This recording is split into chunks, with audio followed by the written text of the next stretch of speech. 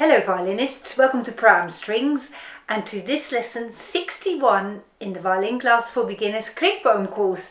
You're doing fabulously well, aren't you? 60 lessons you've already done. And we're coming to the end of the green book now and we're playing Quand le petit Jésus allait à l'école. And that is on page 31 of your green book. Now if you have a red book, that piece does not appear in that book. So I'll put a link in the description below this video so you can find the music there. And in this piece there isn't really that much new stuff apart from that we're getting some time changes, and time changes really are quite straightforward. They look more difficult than they are in real life. You will find that as you play this piece, sometimes you have 2 beats in a bar and sometimes you have 3 beats in a bar, but the speed of the beats just stays the same. So when you go 1, 2, 1, 2, or 1 and 2 and 1 and 2, and you didn't just count to 3, 1, 2, 3, or 1 and 2 and 3, and so the beat stays the same, although there is a tempo change as well in the middle of this piece where you go a little bit more slowly in the middle section and then pick up the pace again at our tempo about 2/3 down the page. So shall we play this? I'm sure you can play this in one go now. So we're going to count 1 and 2 and 1, 2 and 1, 2, 1, 2. I'll count us in for 2 and we're playing in the key of A major. So that means that we've got raised third fingers on the G and D strings, but I don't actually think those notes appear in the music at all. So you don't need to worry about it. I'll count us in for 2. 1, 2.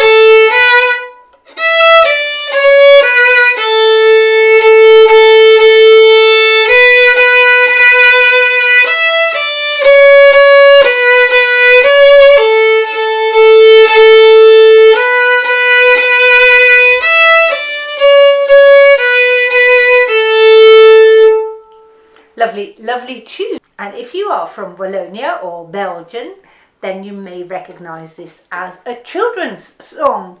Now, as you've noticed, there isn't that much difficulty in the music at all.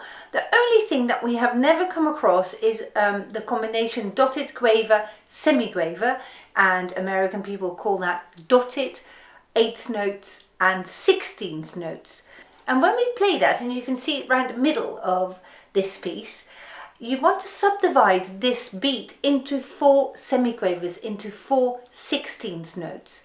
So if we play 1, 2, 1, 2, in 4 that goes yabba dabba yabba dabba yabba dabba yabba dabba. I think in my note reading course for beginners I call it peanut butter, a peanut butter rhythm, and the 3 syllables peanut but is the time for the dotted quaver or the dotted 8th notes, and then the t at the peanut butter, the 4th one, is the semiquaver or the 16th note. So I might count that like this: peanut butter 1, peanut butter 1, 1, 2, 3, and then you know precisely where to place the B in this case.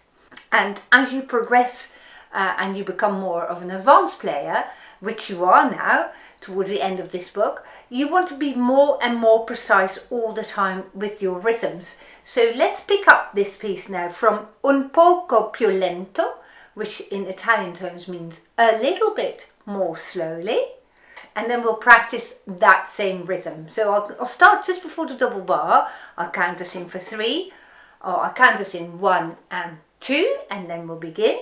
1 and 2. 1, 2, 3.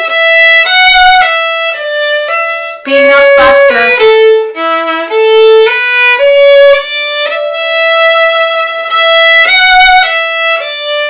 Peanut butter. You see, and now you know precisely when to play the B. And that is awesome if you can add that sort of precision to your playing at this stage. Really well done. Now we were talking very briefly about the meaning of un poco più lento, a little bit more slowly. If you have a look at the start of this piece, it says allegretto. And allegretto comes from the word allegro. Allegro means fast. But the etto part of this word is a diminutive, and it means slightly fast or almost fast. Okay, so an etto ending to any musical term evens it out towards a middle pace. So if you have etto on allegretto, allegro and etto, allegro meaning fast, you slow it down a little bit. If you start from a slower speed, so for instance largo can become larghetto. Largo means slow, larghetto means slightly faster than slow. So it evens it out to a middle speed, you see. So the slower paces go a little bit faster when you add the word etto, and the faster paces go a little bit more slowly. And that's just something you have to know in music, don't you? You can't deduct it. So we're starting fairly fast or slightly fast at the start, and then in the middle of this piece we'll go a little bit more slowly. And then a bit further along you see the word tempo, which means pick up the original pace again. Now this piece is about a child, isn't it? It's a children's song.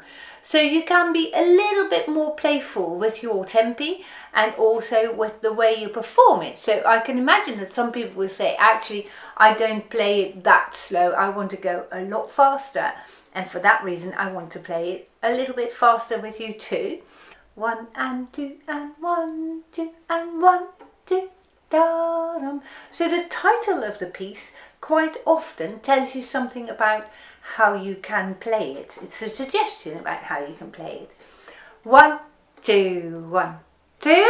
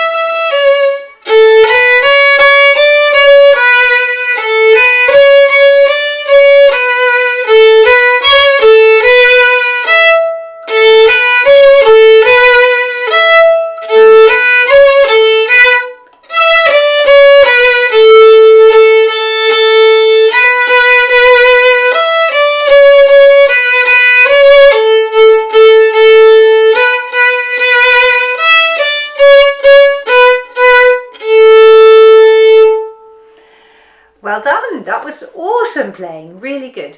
So you can choose to play a little bit slower at the end of pieces.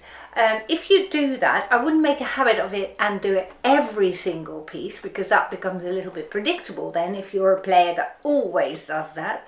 But in pieces like that, it's totally fine if you choose to round off the end a little bit more precisely and a bit more delicately by slowing it down a little bit. You have made excellent progress over the course of these 61 lessons. There are only a few more lessons to go in this course before you get let loose and play anything that you like. So I very much look forward to seeing you in lesson 62. Goodbye.